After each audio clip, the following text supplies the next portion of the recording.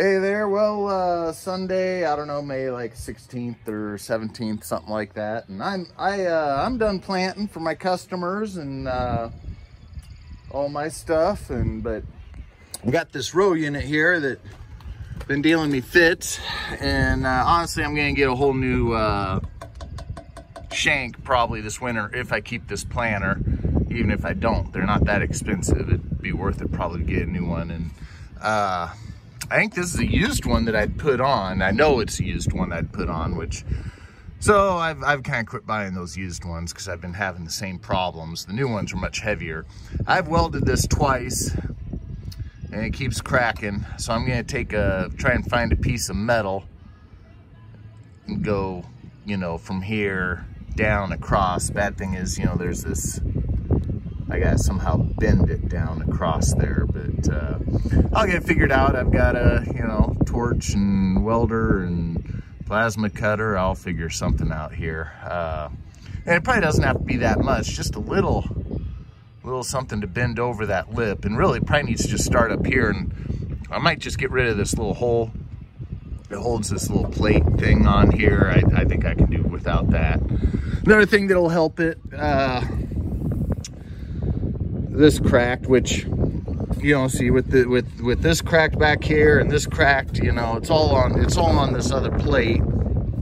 And so then it just, so you can see it just wiggles. And especially, I'm sure going, you get that in the ground and you start going around a curve, or I was doing where there's some rocks this last time, it'll crack it.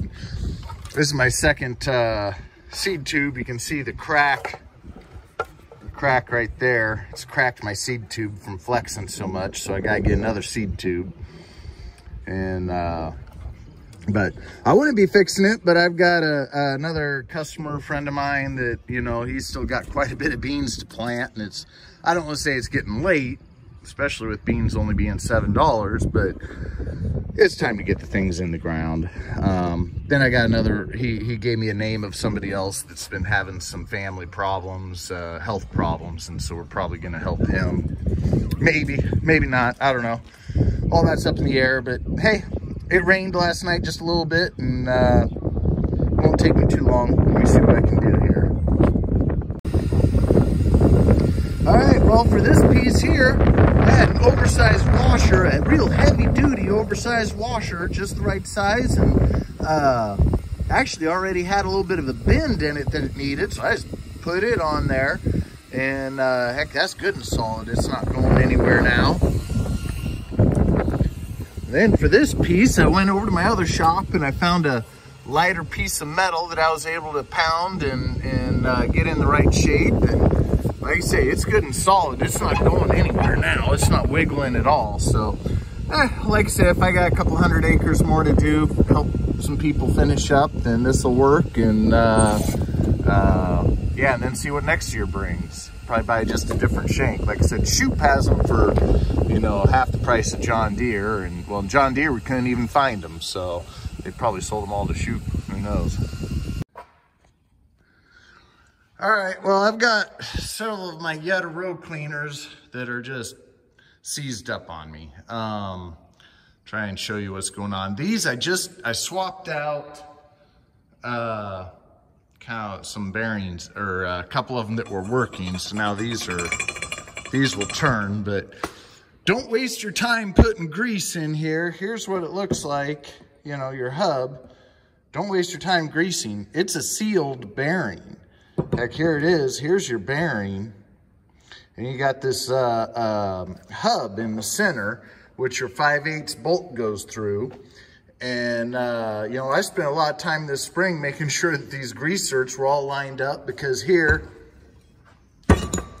shoot, that wasn't what I wanted to do, but oh well.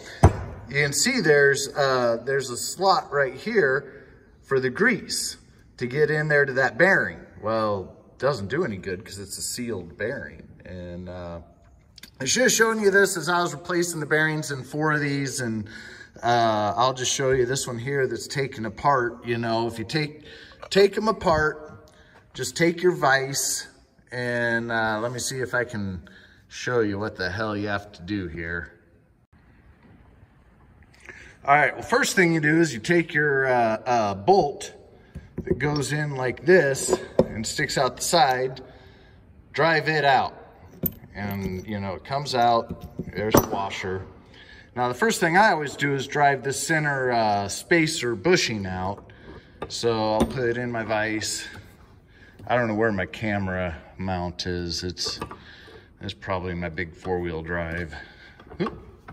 So you get that spaced, you know, so you get away from the light just right. So that's gonna pop out of there. Then I've got a big ball peen hammer. Get my other hand.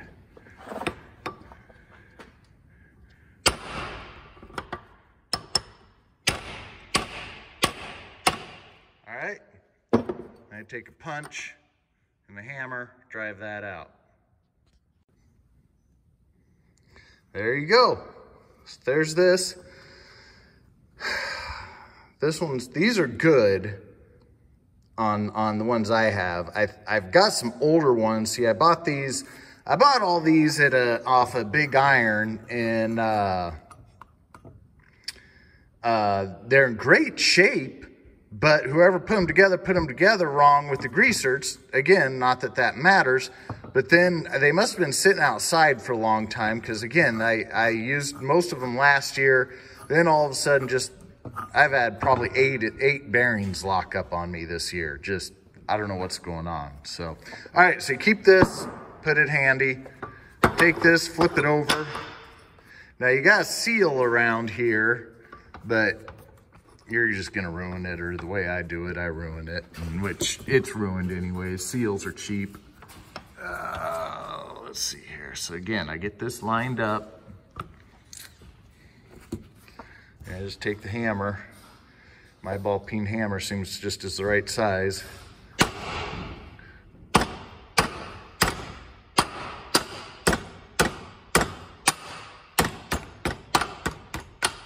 There we go. Oop, not quite. I thought I had it there. Come on. Because I'm doing this one-handed. Wow! There it is. All right, here's this. Here's the seal, which I think they put in backwards. I could just not know what the hell I'm talking about, but I think the seal goes like this. They had it like this. I don't know, maybe I'm wrong. I thought it went like that, so yeah, this bearing is shot, you know, it won't turn. I can't get it to turn, so I had a bunch of new ones. I don't anymore, I'm done. So I'll order some more either from Case where I got those, or Shoop, and get a bunch more. I might just go through Shoop because I've got two spare row cleaners, so if they seize up on me. Now when I put it together, I take some Never Seize, put it all around here. And also, I was taking my Dremel tool and having to just lightly get the rust off of here for the seal. And then the seal went on much easier. I ruined one of the seals trying to get it on, but again, maybe I don't know what I'm doing.